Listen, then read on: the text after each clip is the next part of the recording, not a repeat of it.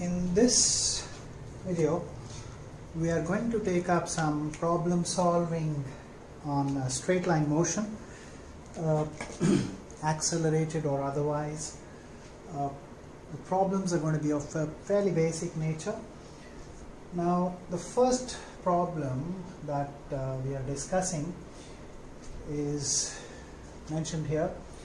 We are talking about a car which starts at rest and accelerates at the rate alpha for some time, and then after attaining a certain maximum speed starts to decelerate at the rate beta to eventually come to rest.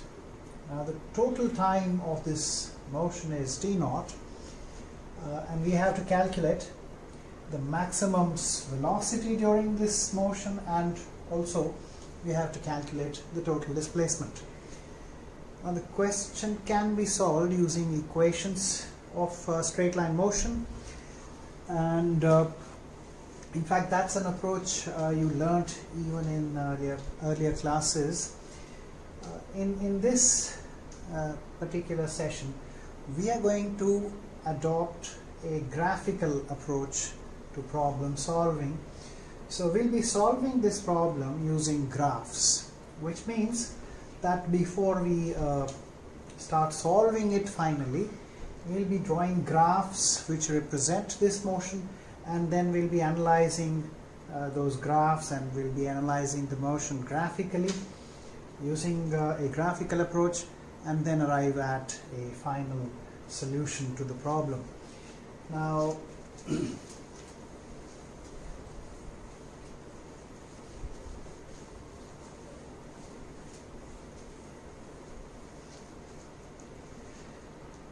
to start with, we'll be drawing the graphs of this motion, and the first graph that we are going to draw will be the A versus t graph, acceleration A versus time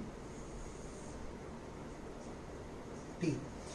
Now we are making an assumption that this motion is taking place along the x-axis.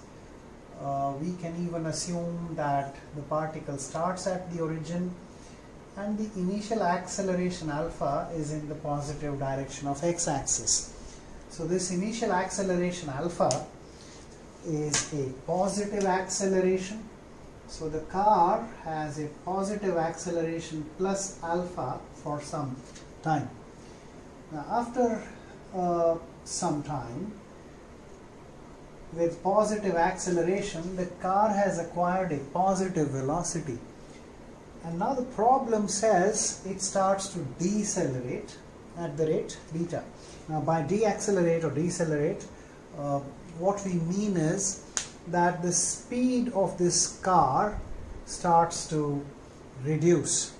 Now if the velocity is in positive x direction and the speed starts to reduce, it essentially means that the acceleration is directed opposite to the direction of velocity, and therefore the acceleration beta will be a negative acceleration. So after this amount of time, the car starts to decelerate, and therefore the acceleration now changes and becomes minus beta till the time becomes t0.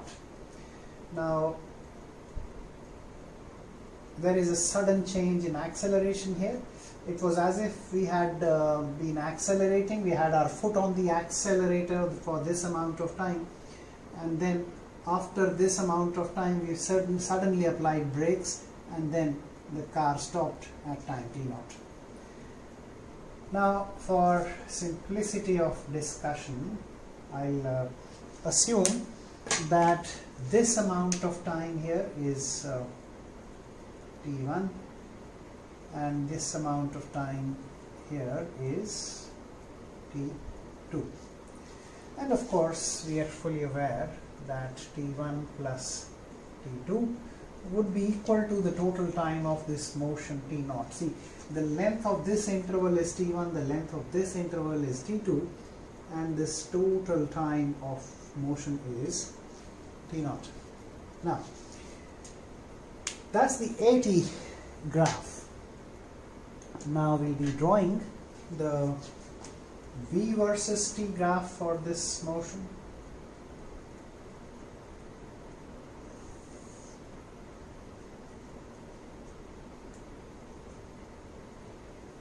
So v on the y-axis, v on the vertical axis, t on the horizontal axis, and it's apparent we'll be keeping the same time scale on all three graphs that we draw. So we start with zero velocity and there is a positive acceleration, so there is a positive slope, positive constant slope. So this is the graph for this period. Now the velocity has attained a positive value and the acceleration is negative, so there will be a downward sloping graph with a constant slope, and at this time t naught the velocity is going to attain a value that's 0. The car comes to a halt at time t naught. So that's our Vt graph. These two are straight lines because the slope, the acceleration is constant. The slope of Vt graph is acceleration. Here the acceleration is plus alpha, that's constant. So we have a positive alpha as the slope here. Over here the slope will be minus alpha. Then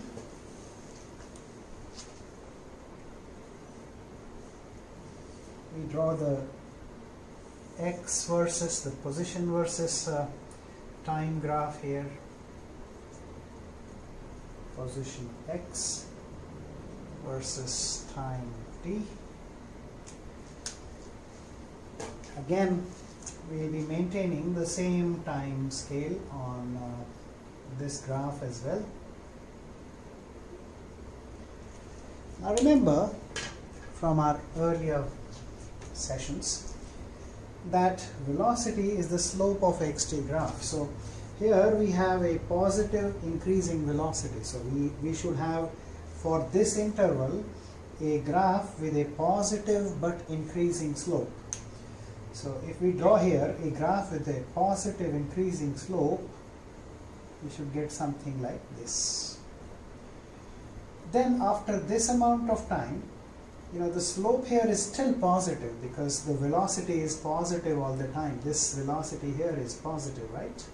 So the slope is still positive, but it is decreasing, and at time t naught it decreases to, the slope decreases to 0. So we have a case where we have a positive slope, but the slope is decreasing. So the graph here will look somewhat like this. So positive increasing slope, and over here we had a positive increasing slope here. I'm so sorry. Positive increasing slope here and positive decreasing slope here. So that's your xt graph for this motion. So now we are ready with these graphs. The next step is now to interpret these graphs and solve the problem using those graphical interpretations. Now, using graphs for solving this kind of a problem actually makes the solution easier, because the motion is now available to us at a simple glance. We can just look at these graphs and know exactly what is happening at what point of time. So if you consider this initial period of time t1 and look at the area, this shaded area over here under the AT graph.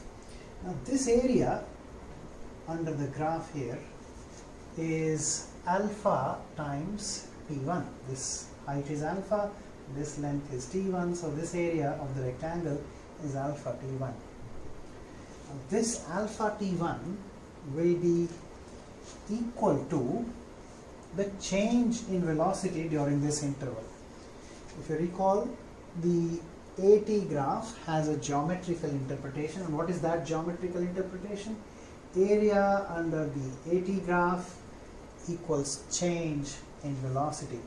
Now during this interval of time t1, the change in velocity is quite apparent from here. It starts with 0 here, over here it is 0, and over here, let's say it has attained a value v0. See, this was the vt graph, and here this peak value is v0. We are making an assumption it is v0. We'll be calculating the value later on. So during this interval, there is a change in velocity. What is that? v0 final value minus 0 initial value, and therefore this gives us t1 equals v0 by alpha. So we've got this was our equation 1, this is equation 2. Let us now look for the area under the graph, under the AT graph during this interval of time duration t2. Now here the area will be minus beta, this height is minus beta, and this time is t2, and that should be equal to the change in velocity during this interval. Now during this interval, the change in velocity, again you have to look for change in velocity in this graph. The final velocity is 0 and the initial velocity for this interval was v0. So final velocity is 0 minus the initial velocity, which is v0. Remember, change in a quantity is always its final value minus the initial value. So here t2 comes out to be v0 by beta, correct? Now we have these three equations. We'll be substituting t1 and t2 from 2 and 3 in equation 1, and we get v0 by alpha plus v0 by beta. This is t1, this is t2, t1 plus t2 equal t0. And this equation is then easily solved for v0. We get alpha beta t0 by alpha plus beta. So we've been able to solve for v0 here. That's the first part of the question done. The second thing that we were asked to calculate is the total displacement during this motion. Now to calculate that total displacement during the motion, we can move to this velocity time graph now, and you will recall that the area under the velocity time graph in a given interval equals the change, equals the displacement during that interval. I'll repeat, the area under the velocity time graph in a given interval is equal to the displacement during that interval. So this area here that I'm shading up, this shaded area, shaded black, this area will be equal to the displacement during this time t0. So displacement S is equal to area under the V versus T graph, and this simply equals half times the base. The length of the base of the triangle is t0 times the height, which is v0. Now this v0 we have already calculated in terms of quantities that are given in the question. So we substitute this here and we get S equal to alpha beta t0 times t0, so alpha beta t0 square by 2, and in the denominator we have alpha plus beta. So that's a fairly simple question where we have enough information given in the problem to draw AT, VT and XT graphs, we can use the graphs and their interpretations to solve the problem. Now, another kind of problem that can be asked is where we are provided variation of velocity with distance. Now, when variation of velocity is provided with distance, then we don't use these three kinds of graphs. Then we actually use the third equation of motion. Now let me give you one such problem, and that should give you a fair idea about problem solving for uniformly accelerated straight line motion, where you are given the variation of velocity with distance. Now this problem says that a bullet loses 1/20th of its velocity on penetrating through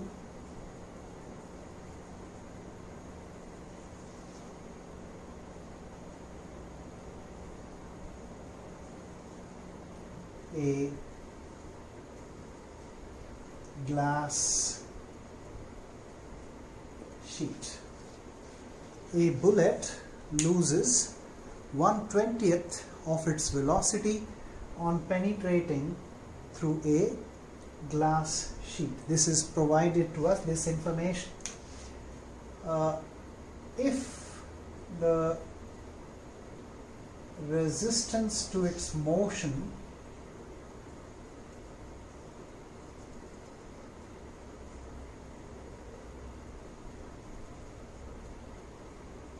is constant. Now be careful with the language. The resistance to its motion is constant. Now this means that as the bullet is penetrating through this glass sheet and maybe more sheets kept ahead of it, then the resistance to motion is constant. Now resistance to motion here refers to the opposing force, and if the opposing force is constant, the acceleration will also be constant. So essentially this sentence here means that the acceleration, or rather the deceleration of the bullet is constant. So if the resistance to its motion is constant, calculate the number of such sheets required to completely stop the bullet. So what you're being told is that lots of such sheets are being stacked one after the other, and a bullet is now being fired. Assuming constant resistance to motion, you have to calculate the number of such sheets that would be required to absolutely stop the bullet. And remember, it says number of such sheets required to completely stop the bullet, so it should come to a complete halt. Now let's start with the information provided in the problem.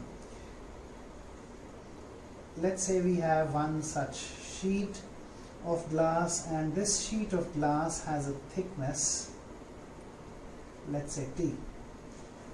A bullet strikes this sheet here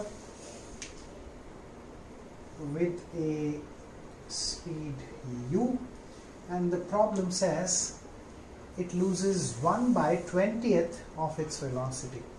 Now by losing 1/20th of its velocity, what we really understand is that velocity now becomes u minus 1/20th of u. That's what this means when we say it loses 1/20th of its velocity. it means the velocity reduces by 1/20th of the initial value. And so we have u minus u by 20, and that's 19u by 20. Now,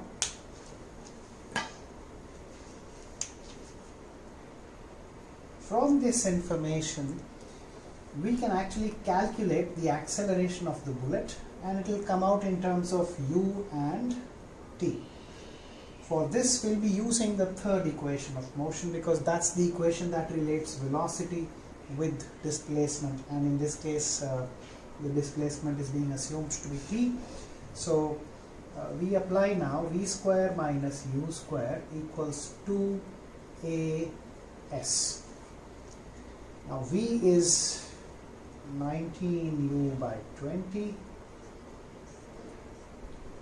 minus this u square,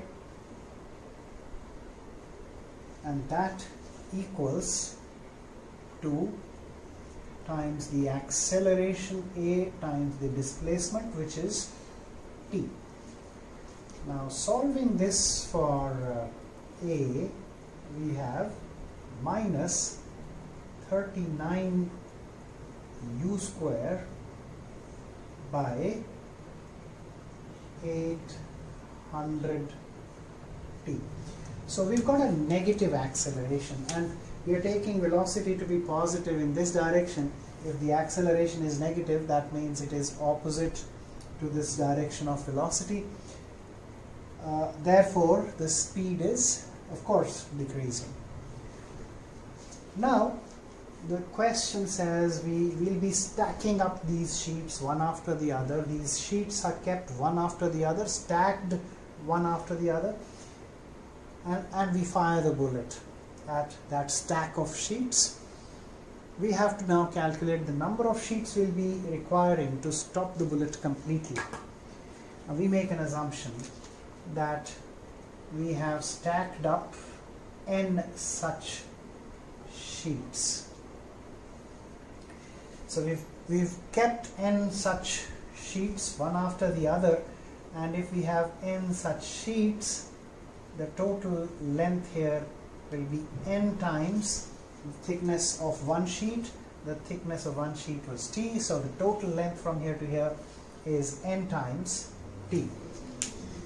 Now we fire a bullet with a speed u, and after traveling a distance nt, the velocity of the bullet reduces to 0.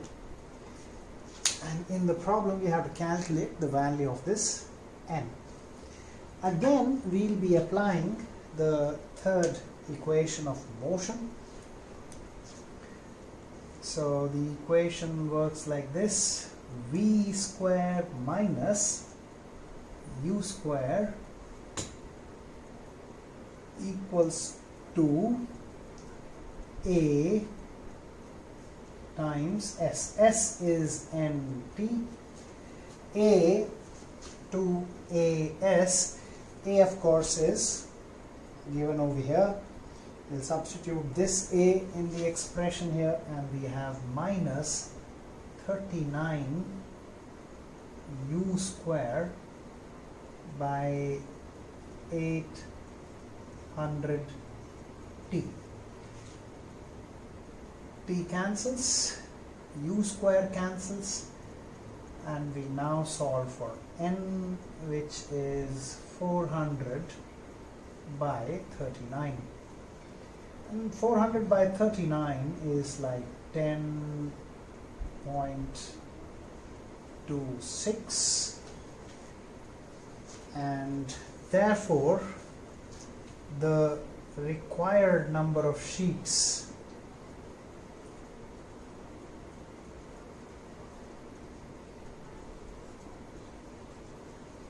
now remember, the number of sheets has to be a whole number. It cannot be in decimal terms here, and therefore the number of sheets required has to be provided as a whole number. Now looking at this, at times some students, without really thinking about it, say that this is closer to 10, so let's provide 10 as the answer. And please be absolutely aware that 10 will be definitely provided as one of the answer options.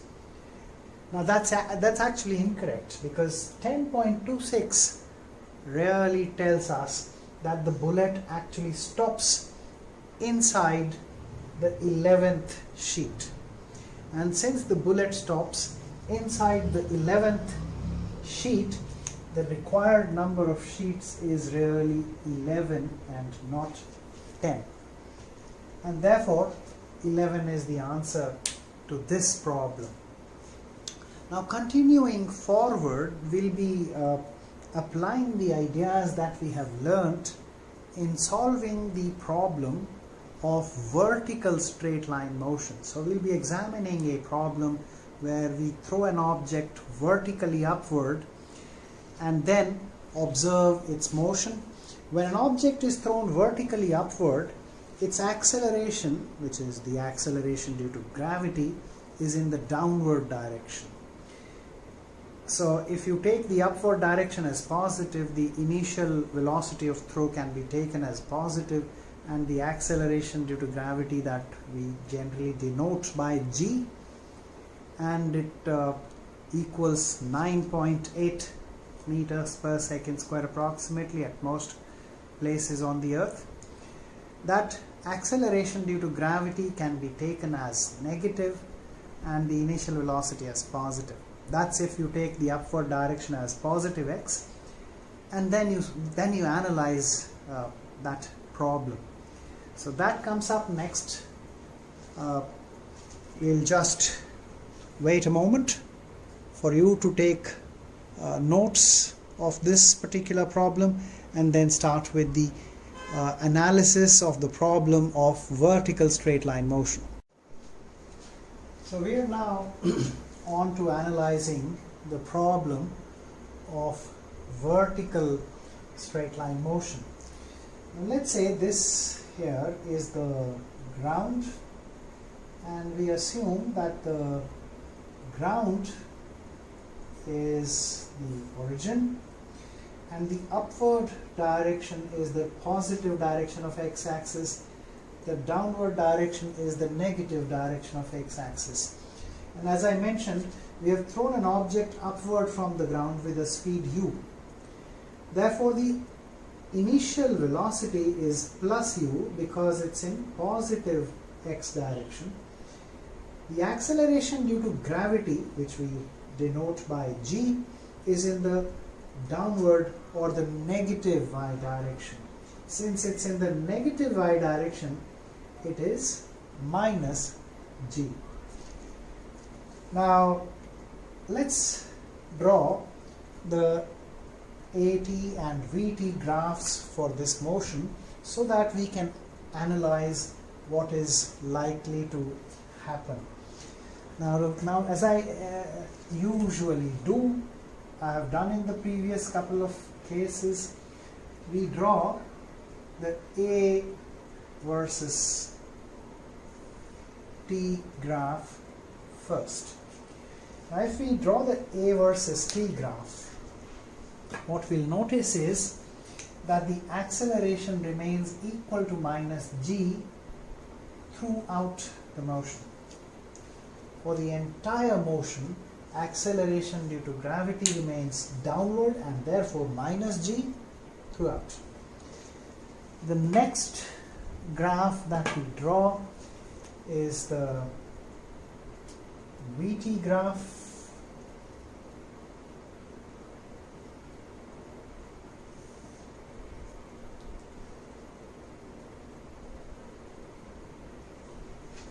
And in the V versus T graph, the initial velocity is plus u.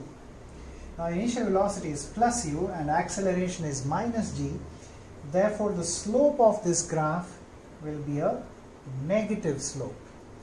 Now if you have a positive initial velocity and a negative acceleration, the graph will involve what is called a turning point. So there's a turning point in this motion.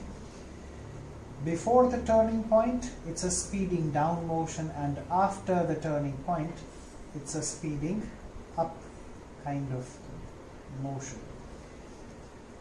So this is sort of the prognosis for this motion. This is our prediction for how the motion is going to be now.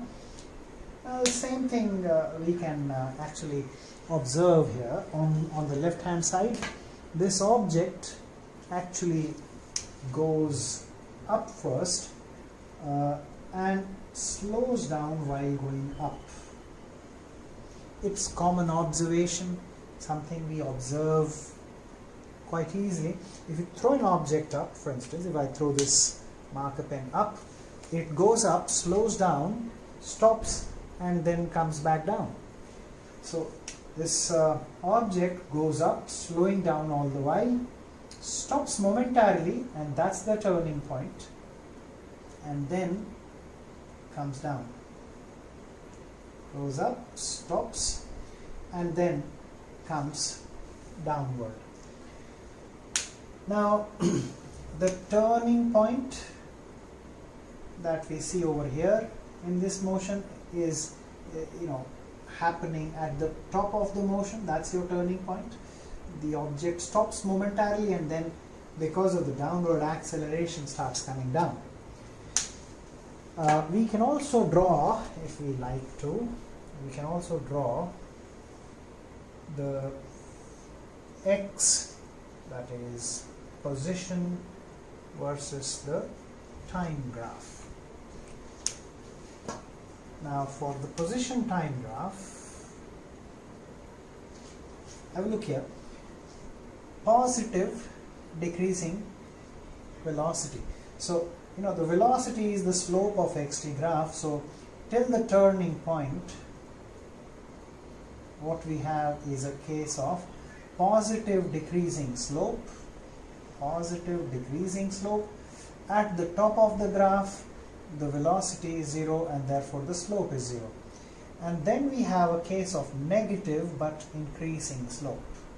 Negative increasing slope. And finally, when the motion is complete, x becomes 0 again. When the motion is complete, you're back at the origin, and that means the value of x is again 0. So, in this graph again, you notice when motion is completed, x is again 0. So that's a graphical representation of this vertical straight line motion. Now we'll be doing a few calculations. For instance, we'll be calculating this maximum height, we'll be calculating the time required for the ascent, that's the upward motion, the time required for the descent, that's the downward motion. We'll also be calculating the maximum height and so on and so forth. Now, to start with, we are interested in calculating the time of ascent. That's the time of the upward motion.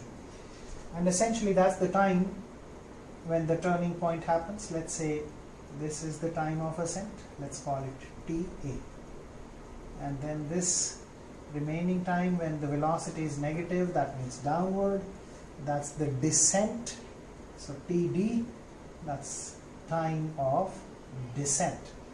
When velocity is negative, the particle is coming down actually. So this portion of the graph represents descent. This portion of the graph represents ascent, the upward climb. Now, this time of ascent is the time after which velocity becomes 0. Now, if I extend this time scale upward, this here is the time of ascent. And the area under the graph here for this period is minus g times STA. Of course, you can use equations of motion for generating the equations for solving problem. I'm using a graphical approach so that you learn something new. The approach for equations was actually picked up reasonably well even in earlier classes. So minus g times this TA gives us this area, which is the change in velocity during this interval. Now during this interval, the change in velocity is the final value at the highest point, that's 0, minus the initial value at the lowest point, which was plus u. And this straight away gives me TA equals u by g. So I've got the time of ascent. Now let's have a look at this time of descent. The remaining time of the motion is time of descent. Now if you look here, look carefully, the displacement in the upward direction is equal to the displacement in magnitude terms. Of course, this is a positive displacement and this is a negative displacement, but their magnitudes are equal. Now displacement equals the area under the velocity time graph. Now you have this area here during ascent and you have this area during descent. The magnitude of this area should be equal to the magnitude of this area. Even though this is a positive area, this is a negative area, the magnitudes of those areas should be same. Why? Because the upward displacement is equal to the downward displacement. Upward displacement equals downward displacement, which says this area during the ascent and this area during the descent. That is the displacement during the ascent, the area here, displacement during the descent, the area here, must be equal. Since the areas are equal, and if you have a quick look at these triangles, you have a 90-degree angle here, these two angles are equal as well, and the areas are equal. So all the angles are equal and the areas are equal, the triangles have to be congruent. And if the triangles are congruent, TA should be equal to TD, which tells us that time of ascent, time of the upward climb, time of ascent should be equal to time of descent. Time of ascent is equal to time of descent. So that's a very important piece of information for vertical straight line motion.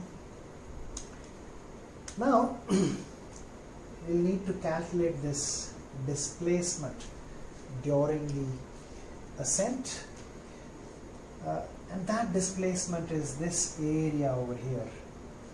Now h max, the maximum height that the object climbs, let's call it h max.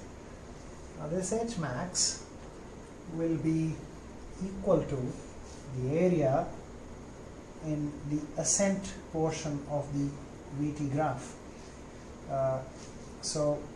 During the ascent there is an upward displacement.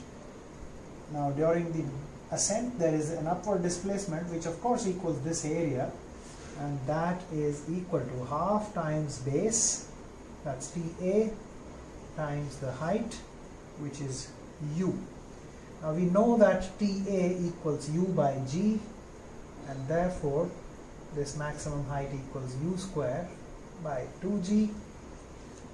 If you are interested in the total time of flight, it is TA plus TD, and both of these are equal, and so the total time of flight would be 2u by g. Now another very interesting thing about this vertical straight line motion, because these two graphs, this particular graph, if you look here, it is symmetric on both the sides, and that symmetry, if you look here, this line is identical to this portion of the line, and that symmetry leads to some very interesting consequences. What it says is that if you are throwing an object in the upward direction. You throw an object in the upward direction like this. Of course, it goes up, stops, and comes down.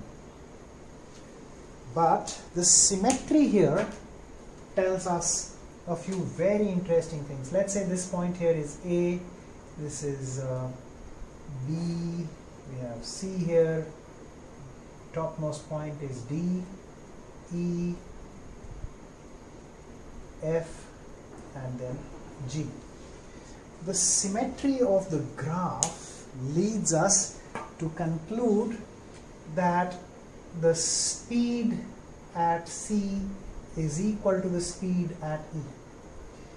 Now, even though the speeds are equal, the velocities are opposite in direction, and so velocity at C is minus or negative of the velocity at E. So velocity at C is upward, velocity at E is downward, but they have the same magnitude. Also, the time taken during identical portions of the upward and the downward journeys is same. So time taken from B to C will be the same as the time taken from E to F. So this vertical straight line motion has a symmetric nature, which basically means that if we throw an object upward, then the times during identical portions of the upward and downward journeys are same. Also, at points with the same height, the velocities have same magnitude, of course, opposite directions. And here I conclude this video on the more basic problem solving on straight line motion. We'll be doing another video later on where we'll be taking up slightly more advanced kind of problem solving on straight line motion. In that video, I also hope to include a couple of problems where we'll use the ideas of relative motion as well. So till then, thank you so much for watching. Thank you for being on this channel. Please like and share and subscribe to this channel if you're finding these videos useful.